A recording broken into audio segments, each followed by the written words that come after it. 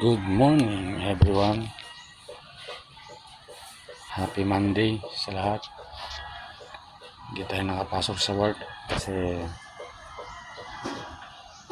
may importante tayong linakad. Tayo ngayon sa bahay.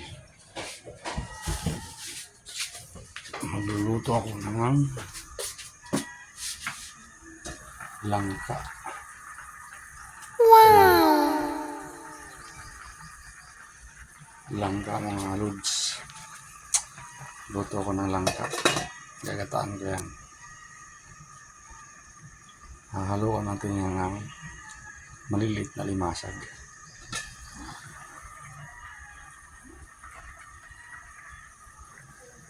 Yan. Siyempre, papakuloan lang muna natin yung langka hanggang sa maluto, hanggang sa lumambot. Huli lang natin sasawag yung alimasag.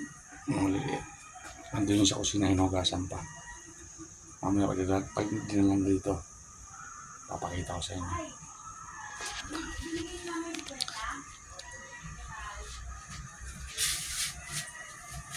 Yan yung ulam namin ngayong tanghalian. Wow! Siyempre kasi may ulam pa kagabi. Hindi naman kumakain yung anak ko ng gulay ng talaga sa gulay. Kaya mayroon pa silang ulam ngayon. Tanghali yung sinigang kagabi. Yan ang ulam mamaya ng dalawang anak. Sinigang. Kasi hindi sila masyadong kumakain ng gulay eh. Ako kasi paborito ko talaga gulay. Kaya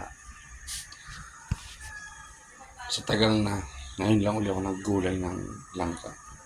Siguro mga ilang buwan na rin. Kaya, sarap. Sigurado ito. Mapaparami ako mamaya ng kain. Anong kulong-kulo?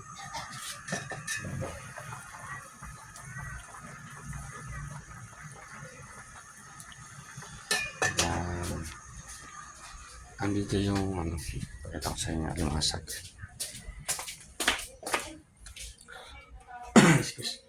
Ito na yung alimasag mga lods.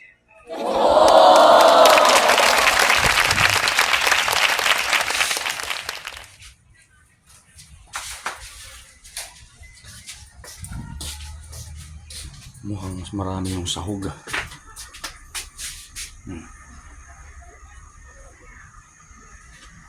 Ayan yung alimasag. So ayan. Mamaya pag naluto yan yung langka, tsaka natin lalagay yung kagat. Tapos susunod natin yung alimasag. Perfect na yan mga lods. Happy morning Monday ulit mga lods. Salamat sa panonood.